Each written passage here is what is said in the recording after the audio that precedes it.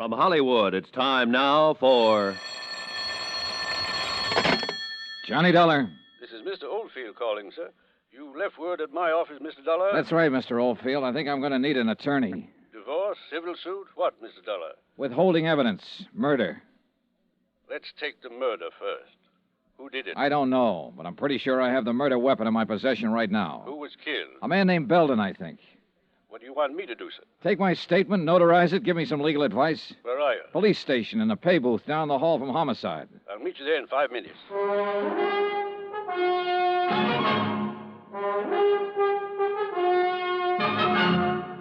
Tonight and every weekday night, Bob Bailey in the transcribed adventures of the man with the action-packed expense account, America's fabulous freelance insurance investigator. Yours truly, Johnny Dollar.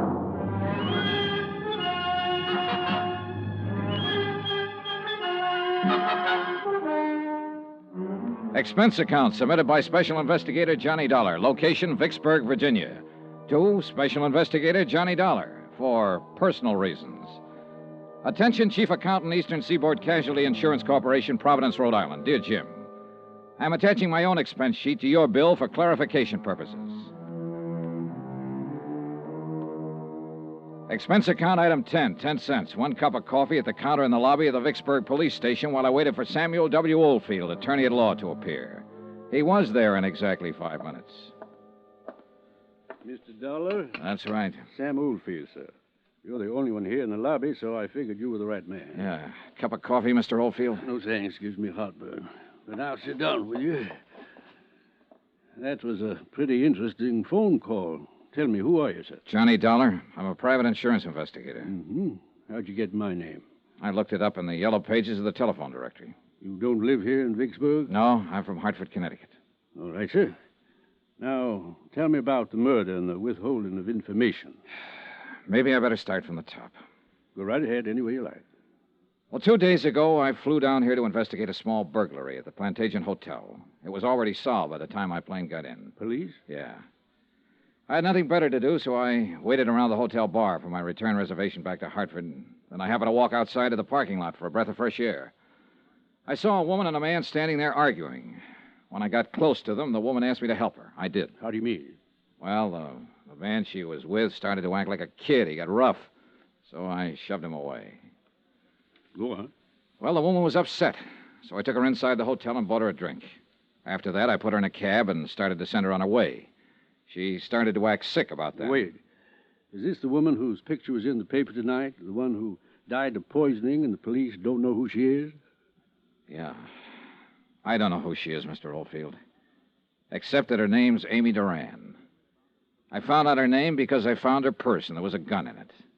A .38 Colt registered to a man named O'Connell. I checked on the gun here at headquarters, went out to the address and found out O'Connell was a bank guard and had died about a year ago. I talked to his wife, Teresa O'Connell. While I was there, the man I'd seen the night before showed up. His name's Paul Dameron. Now, I didn't tell him or Mrs. O'Connell about the gun. I came down here to give it to the police and tell them. But when I got here, Lieutenant Akins was pretty busy trying to solve the murder of a man named Belden, who'd been shot with a .38 3 times. There are 3 slugs missing from the gun I found. You got a light, sir? Yeah. Here you go. When you found Amy Duran's purse, why didn't you turn it over to the police? Oh, Well, somehow I thought maybe I could help the girl.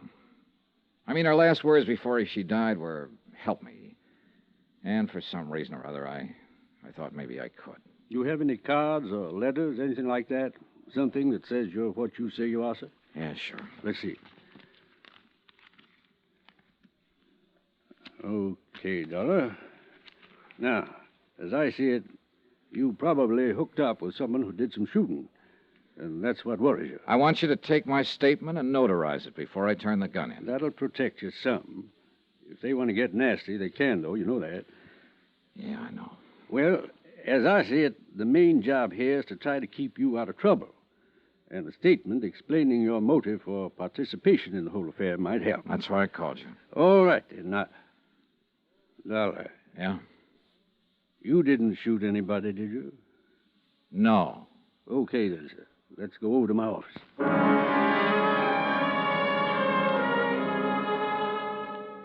We did, and I made the necessary statement, and Mr. Oldfield notarized it. After that, I went back to the Vicksburg police station to talk to Lieutenant Akins. The .38 I'd found in Amy Duran's purse was still in my pocket, and her words were still in my mind. Help me.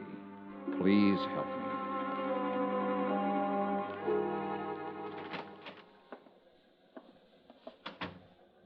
Thought you was going back to Hartford, Dollar. Oh, I decided to hang around and see what came up. Mm-hmm. Nothing so far on the girl. No one's recognized her picture in the paper. Had to turn that over to missing persons. This murder case going to eat up all my time. What happened, Lieutenant?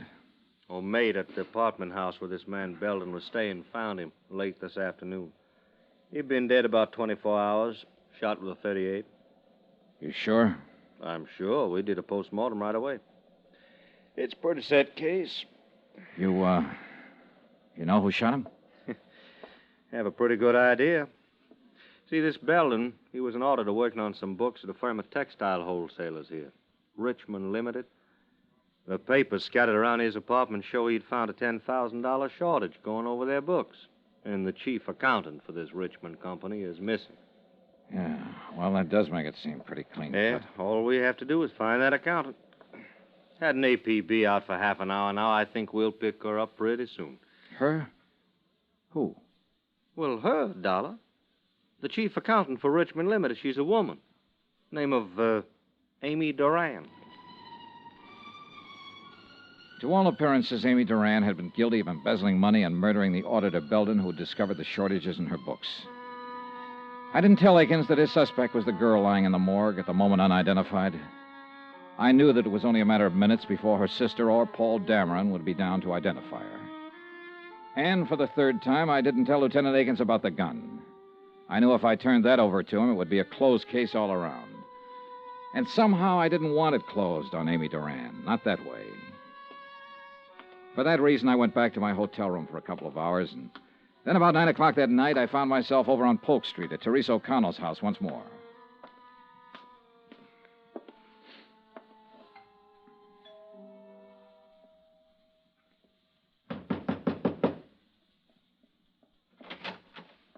Oh. Hello, Mrs. O'Connell. Oh, Mr. Dollar, isn't it? Yes. Oh, Mr. Dollar, I had the most awful news tonight. My sister Amy, she's dead. You'll have to excuse me. Oh, I'm sorry. May I come in? I'd like to talk to you about your sister, Mrs. O'Connell. Well, Paul came in with tonight's paper and showed me Amy's picture. He went down in the morgue to identify her. I couldn't bear to. Sure. I feel somehow, in some way, that you're a friend, Mr. Dollar. Mrs. O'Connell, I am a friend in a way. But mostly I'm an insurance investigator. What? You thought I was a friend of your dead husband when I came here earlier. I'm not. I never even knew him. But, Mr. Dollar, I don't understand. I met your sister, Amy, last night. I was the last one to speak to her before she died. I took her to the emergency hospital last night. Well, wait. This is all very confusing. You say you're an insurance investigator? Yes. Now, Well, I got your address from a gun I found in your sister's purse. I traced it through the license to carry. This gun, Mrs. O'Connell. Your husband was licensed to carry it when he worked for a banking firm. Do you recognize it? Oh, yes, I suppose I do.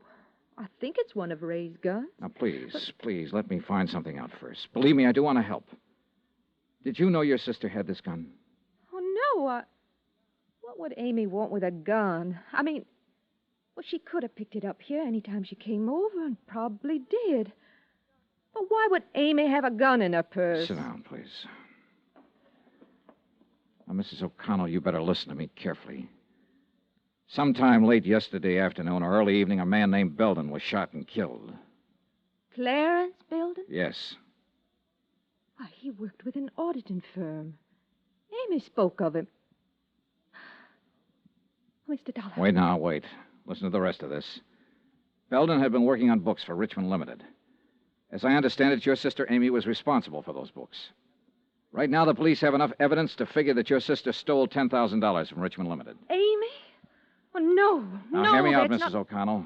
They have that evidence in bulk form. They certainly have reason to assume, and they are assuming, that your sister shot Belden to keep him quiet about the shortage. How can you say those things about Amy when she's not here to defend herself? Please, please, I'm just telling you what's going on downtown, what they've found. This gun they don't have yet. I've withheld it. It has been fired 3 times recently. Belden was shot 3 times. By now, your sister's body has no doubt been identified. They've already established that she died of poisoning, and they halfway have the idea that she committed suicide. No. Oh, don't you see? They'll say she shot Belden to cover up and keep it quiet, and then saw how useless it was, took poison and killed herself to escape punishment. You're horrible. Horrible. Go away. Go away from me. I'm sorry, but in the face of all this, I want to help her if I can, if it isn't too late. I want to help you. But, Mrs. O'Connell, you'll have to help me. Now, why? Why would your sister steal? Why? I don't know. I think you do know. Tell me, please, for her sake, Mrs. O'Connell. Why? What have you got to do with her? I met her only for a few minutes, but in that few minutes, I got the idea that she was a pretty nice person. She didn't strike me as a thief. She didn't look like a killer. And most of all, she didn't look like a woman who'd take the suicide way out of things. Now, that's all I have, except that she asked me to help her. And I'm trying to do that now. Believe me, I want to help her if I can. I've always been an awful child, Mr. Dollar. When Ray died, I tried to kill myself. Amy saved me. I remember then, at the hospital. She was beside my bed, and she said to me, "I'll make you want to live again. I'll make you." Amy was always like that, kind and decent. You weren't wrong about her. She was decent, thoughtful, good. She did everything for me. She gave me these clothes and a car, introduced me to nice people from her office like Paul Dameron. Yes. That must be where all the money went to. Not on herself, but on me, for me. I'm the only reason I can think of that she'd take money from the firm. Yeah. I didn't know she was stealing from me. I didn't know. I wouldn't have let her do it. She didn't have to pamper me that much. I'm not that much of a child. She didn't have to do it. She didn't have to do it. Wait a minute. She didn't kill herself. She didn't steal. She didn't murder that man. I did all those things because it was all for me.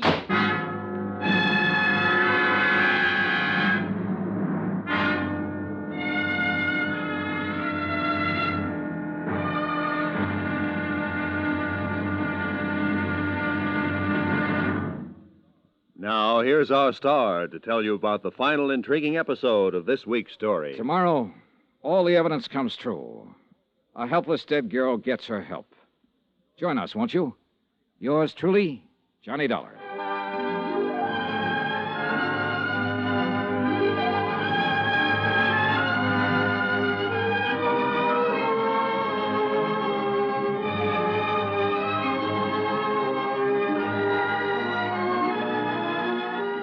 Yours truly, Johnny Dollar, starring Bob Bailey, is transcribed in Hollywood.